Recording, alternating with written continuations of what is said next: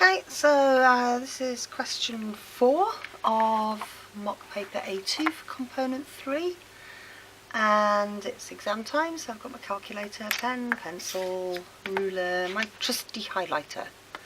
So, question 4. Tick the appropriate boxes. So I need to follow the question rubric here to indicate the human blood vessels to which each statement applies. So I've got fluctuations in blood pressure, low pressure, smooth endothelium, valves, elastic fibres. And then shift to focus in B, describe mechanism. So this is how it happens. So, oh gosh, from capillaries to tissue fluid. Okay. And go from tissue fluid to the capillaries. So I'm thinking if they're talking about tissue fluid, they're talking about that sort of hydrostatic pressure thing. So just do a little sketch along here. I have to remember arteriole end. We've got a venule end. We've got hydrostatic pressure going that way, and osmosis going that way. Then at the other end we've got osmosis going that way and a little bit of hydrostatic pressure, and the fluid goes, so the pressure goes down as you go along. Right, okay, I think I've got that. So that's kind of what I remember from learning. So okay, let's have a look properly now. Regular fluctuations in blood pressure. So fluctuations, I'm thinking doing that. Something pulsatile then, so that's arteries. But then it goes laminar for capillaries as the pressure drops, and veins of course not. Low blood pressure. Let's think. So it goes down in the capillaries and they drain into veins. I'm thinking in both capillaries and veins. Smooth endothelium. Definitely remember drawing that in arteries and veins. And capillaries are only endothelium, so they've got it as well. Valves, veins only, because it says throughout their length, and contains numerous elastic fibres. Numerous means lots of them. Arteries. Okay. So that was nice and easy.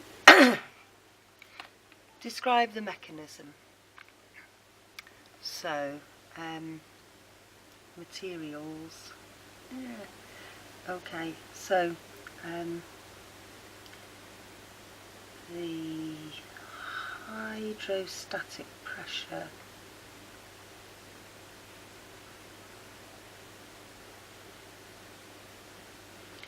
at the arteriolar end is higher than the water potential gradient.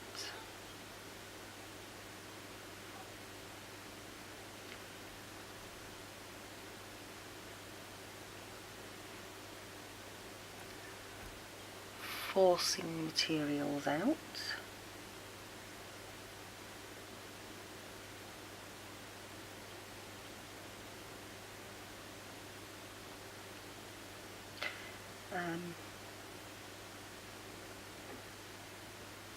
Some diffuse into tissue fluid. So I'm thinking things like oxygen. I'm kind of running out of space here. Anyway, there we go. And then at the other end, pass from the tissue fluid into the capillaries. So we've got the water potential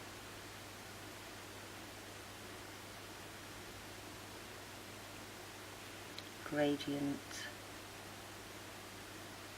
is higher than what? Higher than the hydrostatic pressure gradient.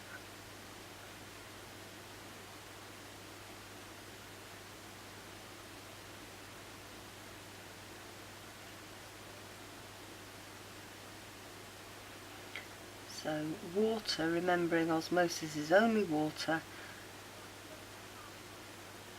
moves into the capillary.